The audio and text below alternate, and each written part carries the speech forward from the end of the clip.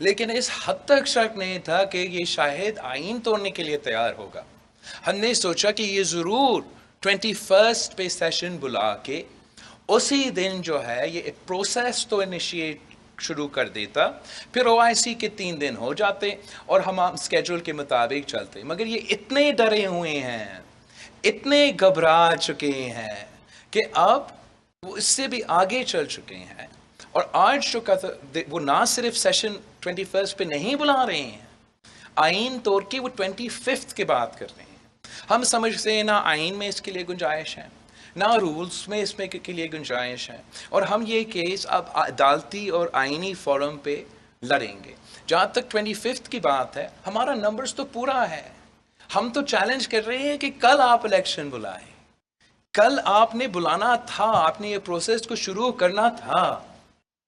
جو بھی دن یہ بلاتے ہیں ہم ان کو شکست دلوائیں گے, لیکن ہم اپنا آئینی حقوق کے لیے, قانونی حقوق کے لیے, اور جو رولز کے مطابق ہمارا حق ہے اس کے لیے اپروپریٹ فورمز پہ اپنا جدوجہد کریں گے. Thank you. اسپیکر کے خلاف جو بھی متحد, جو بھی جوائنٹ اپوزیشن کا کنسنسس ہے اس پہ ہی ہم چلیں گے. جی چیئرمین صاحب, دو چیزیں ہیں چھوٹی چھوٹی, دو مختصر باتیں ہیں سر, 2 سوال بڑے مختصر تھے. ایک تو یہ ہے کہ مذہب کارڈ جو ہے یہ ماضی میں پاکستان میں کھیلا جاتا رہا, اگرچہ آپ نے بات کی, اب پھر مذہب کارڈ کھیلا جا رہا ہے کہ امر بالمعروف کے نام سے جلسے جلوس شروع کر دیے پرائم منسٹر نے, جبکہ ان کی زبان کے بارے میں ان کے اپنے اتحادی کہہ رہے ہیں کہ سورۃ الحجرات کی آیت 11 پڑھیں جس میں کیا کہا جا رہا ہے. تو اجاز صاحب نے کہا. اچھا, ایک تو یہ سوال ہے مذہب کارڈ کے حوالے سے آپ کیا کہتے ہیں. دوسرا سر یہ ہے کہ سپریم کورٹ میں جو ذاتی ریفرنس لے کے, پریزیڈنشل ریفرنس لے کے یہ جا رہے ہیں, آیا یہ اس چیز کو پرولونگ کرنے کی کوئی سازش تو نہیں ہوگی کہ اس عدم اعتماد کو پرولونگ کیا جائے سپریم کورٹ کا سہارا لے کر؟ جہاں تک عمران کی ناکام کوشش ہے مذہب کارڈ کو استعمال کرنا, میرا خیال میں یہ بھول رہا ہے کہ پاکستان کے عوام نے 3 سال کا اس کا حکومت دیکھا ہے. پاکستان کے عوام نے دیکھا ہے کہ مدینہ کے ریاست کے نام لے کے اس حکومت نے کیا کیا حرکتیں کیے ہیں, اور آج بھی دیکھ رہے ہیں کہ اسی منہ سے جس سے عمران گالی دے رہا ہے اور وزیر گالی دے رہے ہیں, دوسرے سینٹنس میں مذہب کا ذکر ہوتا ہے. یہی تو وجہ ہے کہ میں سمجھتا ہوں کہ ہمیں مذہب کو سیاست کو نہیں جوڑنا چاہیے. مذہب تو بہت پاک چیز ہوتا ہے اور سیاست ہی بہت ہی خطرناک چیز ہوتا ہے, اور ان دونوں کو الگ الگ رکھے تو اتنا ہی بہتر ہے. یہ جو وزیر اعظم ہے اس نے ہر لمٹ کراس کیا ہے, اور ہمارا مطالبہ ہے, پاکستان کے عوام کا مطالبہ ہے کہ یہ مدینہ کے ریاست کا جو نعرہ ہے یہ استعمال کرنا بند کرے, فوری طور پہ بند کرے. جہاں تک سپریم کورٹ کا ریفرنس ہے, یہ حکومت جتنا بھی کوشش کرے اس پروسیس سے جتنا یہ کوشش کریں گے کہ پروسیس سے بھاگنا, ہم امید رکھتے ہیں کہ سپریم کورٹ کا کام ہوتا ہے آئین کا تحفظ کرنا, آئین کا پاسداری کرنا, آئین پہ عمل کروانا, اور وہ کسی بھی صورت میں اس حکومت کی غیر آئینی کام کو فیسیلیٹیٹ نہیں کریں گے. انشاءاللہ تعالی سپریم کورٹ قانونی کام کرے گا, سیاسی کام نہیں کرے گا. جو پٹیشن اس وقت کورٹ کے سامنے ہے وہ پاکستان کے سارے بار ایسوسیشنز نے کورٹ کے سامنے جمع کیے. کل سپریم کورٹ بیٹھا, جب سندھ ہاؤس پہ حملہ ہوا تو ہم بہت اپریشیٹ کرتے ہیں, ویکینڈ ہوتے ہوئے بھی سپریم کورٹ نے اتنا اچھا میسج بھیجا کہ قانون کے ساتھ اور جمہوریت کے ساتھ وہ کھڑے ہیں. منڈے پہ ہمیں بھی موقع دیا, پارٹیز کو بھی موقع دیا کہ اپنے وکیل بھی پیش ہو, اور انشاءاللہ تعالی اپنے جو وکیل ہے وہ قانونی اور آئینی پوائنٹس اٹھائیں گے. صاحب, ایک تو جو اب اسپیکر کی جانب سے ایک وضاحت آئی تھی کہ اس اجلاس 25 کو کیوں بلایا گیا,